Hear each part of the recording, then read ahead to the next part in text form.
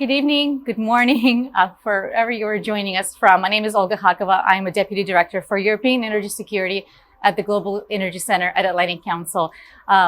We are here at the Global Decarbonization Accelerator Pavilion, and I'm here today with Romania's Energy Minister, Mr. Burduja. Minister, it's a pleasure to host you here today for this quick conversation.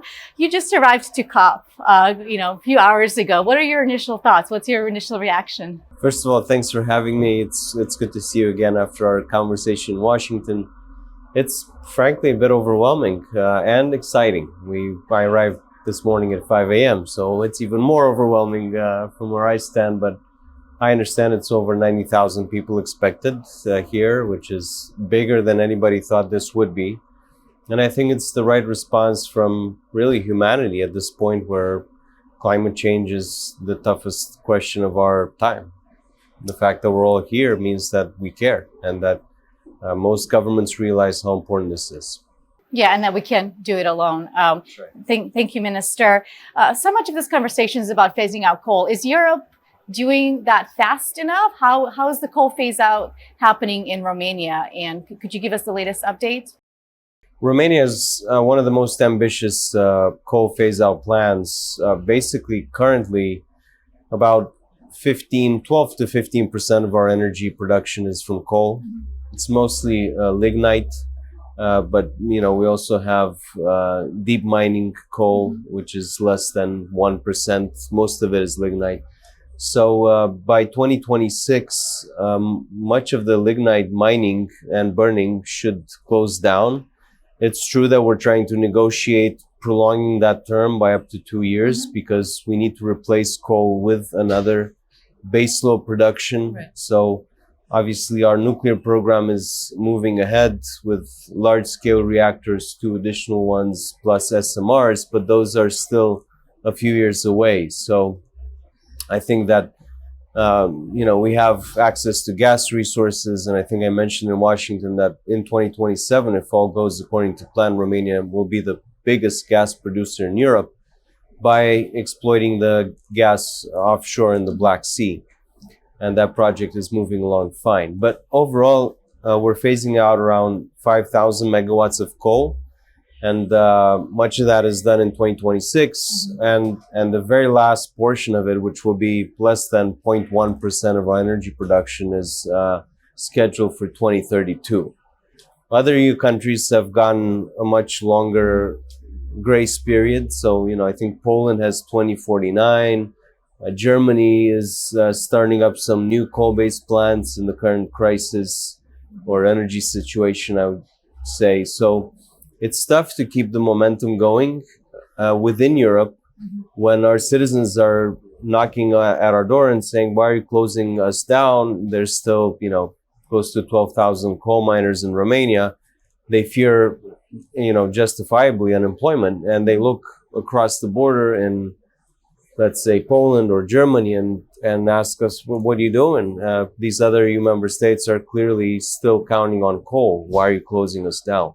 And it's hard to give a good answer to that. Definitely a challenge. You mentioned nuclear and natural gas. What else do you see replacing coal? What other energy sources? Baseload, that's pretty much it. And possibly hydrogen in the long term, but that's still very expensive.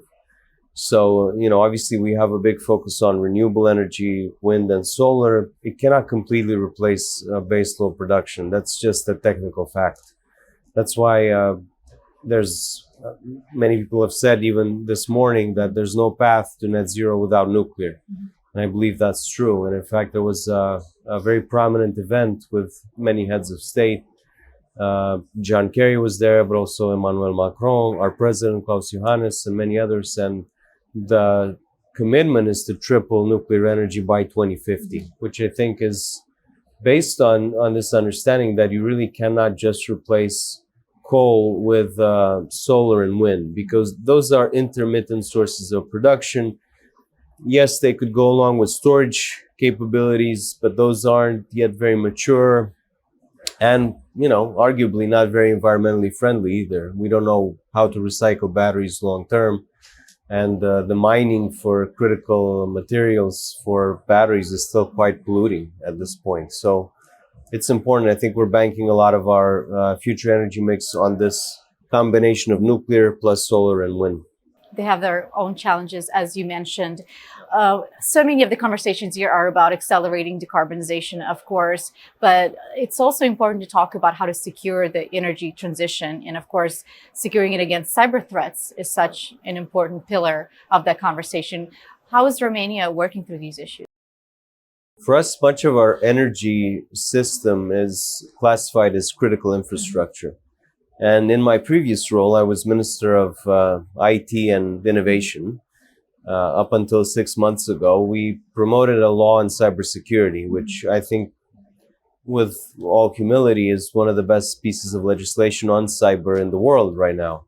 And it sets very clear obligations, very clear requirements of energy companies. They need to have a cyber task force. They need to have clear procedures. They need to report any incidents to our cyber security bodies. If it's national security, there's a unit of the national intelligence community that handles cyber. So, I think the legislation is there. Now it's just up to us to speed up implementation. And at the level of the Ministry of Energy, we created a cyber task force that brings together each cyber expert from these companies. And so now we share best practices and figure out how to accelerate the implementation of the legal framework. Thank you so much. Very exciting developments. So there's really a lot happening over the 2 weeks at COP. What are some key developments, key areas that we should be paying special attention to? Are there some exciting news that are staying under the radar that we should particularly pay attention to? I don't want to spoil any surprises, but for me, I'm most excited by nuclear energy. The announcement this morning is an important step to us. Of course, the very fact that at COP we are talking about nuclear energy and there's events and pledges is a huge transformation, paradigm shift from just a few years ago, when nuclear energy was kind of, the ignored part of the transition. But I think it's becoming more and more accepted that you can't do it without. Romania is also joining the International Solar Alliance. That's a big, important announcement. And we're doing more and more stuff with IRENA, which is also focused on renewable energy. I think it's headquartered here in the Emirates.